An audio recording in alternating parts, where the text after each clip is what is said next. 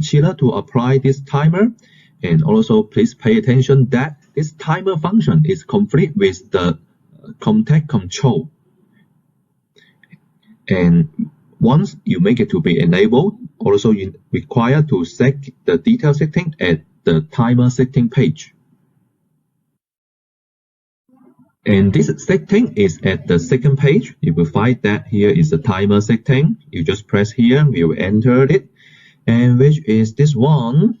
You can select either to turn it on or turn it off, and also select which setting is available. And we offer you max 4 segments to set it, and also you can choose on which weekday you need to turn it on.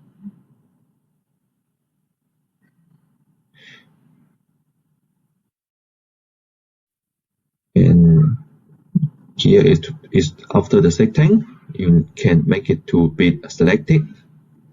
It's okay.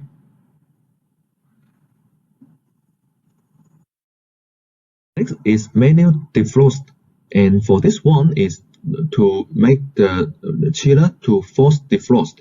And when you enter this one, we'll go to this page. The first is to select which chiller. And on this case, we just, for example, we just select the unit 2, and then just make it to be tickled.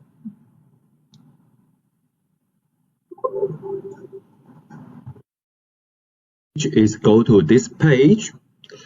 After you tickle up this number 2 chiller, then it will display you the information whether it's under the defrosting or not. And just in this case, you can find that this one is under defrosting, so it will display this information whether you would like to stop this defrosting right now. And here is the other, which is when you activate this function, it will go into the defroster immediately. On the other hand, for this one, it's not allowed to select 2 or more chillers. And the last is if this chiller is not existed, you cannot select it.